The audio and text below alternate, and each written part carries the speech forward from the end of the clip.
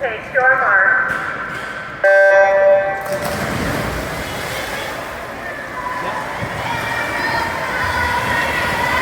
You might want to dial that back a little bit. Let me guess, the last time you swam this, you probably went out too easy. You had a lot of gas left in the tank.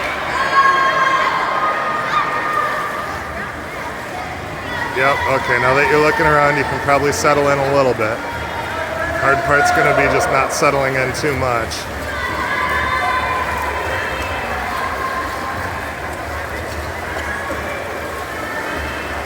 Yeah, out in a 33.5, that's aggressive.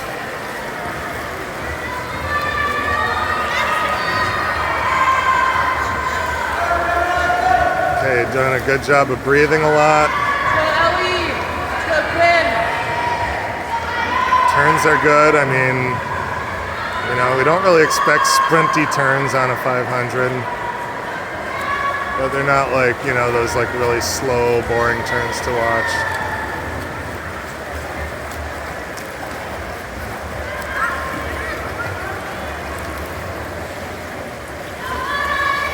Let's see, 112, that would be what, 39 if you were a 34 in the last one.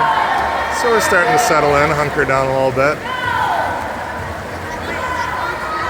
Hopefully we're not at the beginnings of just bonking from that first 50.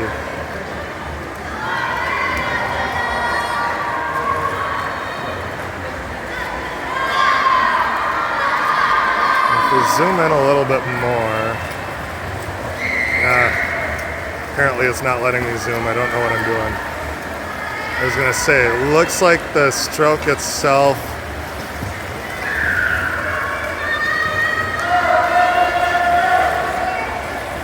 okay, so this might be too much zoom, but we're gonna see if we can see what your hands are doing.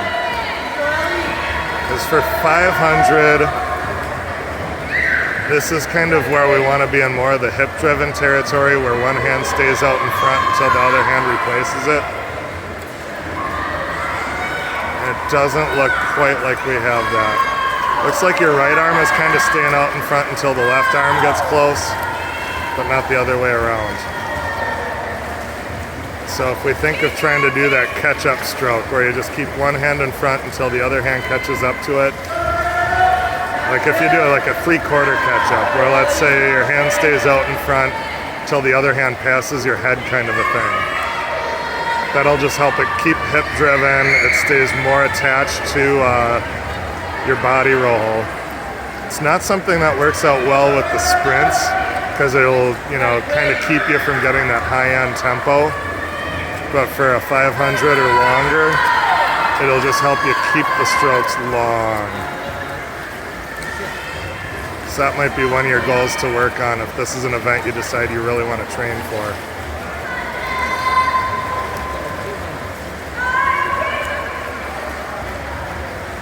You can tell this has been a full weekend meet. This pool is pretty dang cloudy. Water doesn't get still enough during the race for us to see how bad the bubbles are, but if you look kind of in the middle, you can see the bubbles from that middle jet are just going like crazy. It's a sign that the filter hasn't been backwashed all weekend. Really needs it. The pump's just cavitating like crazy. It's really hard on a pump. Probably kill the impeller pretty quick if they let it go too long. Pace-wise, we're still looking strong though. It doesn't look like you've had a really big slump at any point, you know, from the main settling in.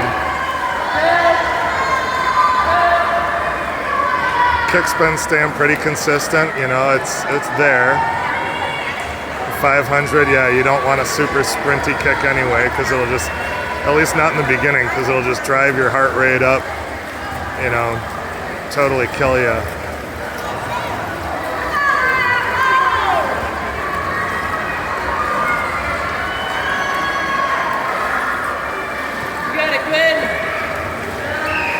Now one thing is the streamlines are starting to falter. Like even though we don't need crazy underwaters, if every time you are underwater you just keep that streamline to keep that momentum, then you're not going to have to recreate that momentum every time you break out.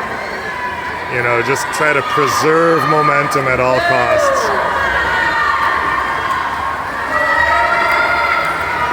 breaths are starting to get pretty late at this point too.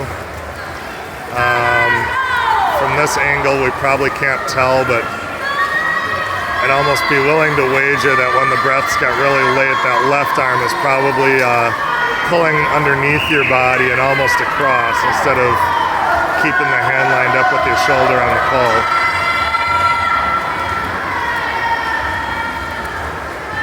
Almost done there, kid. Hang in there.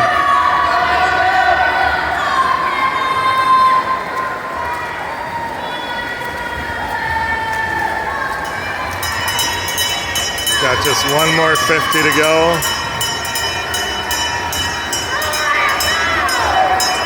Stay in that race for second place. Hope that girl doesn't suddenly surge. Given that she just did a double breath into the wall, I don't think she's gonna have it though. She's dying.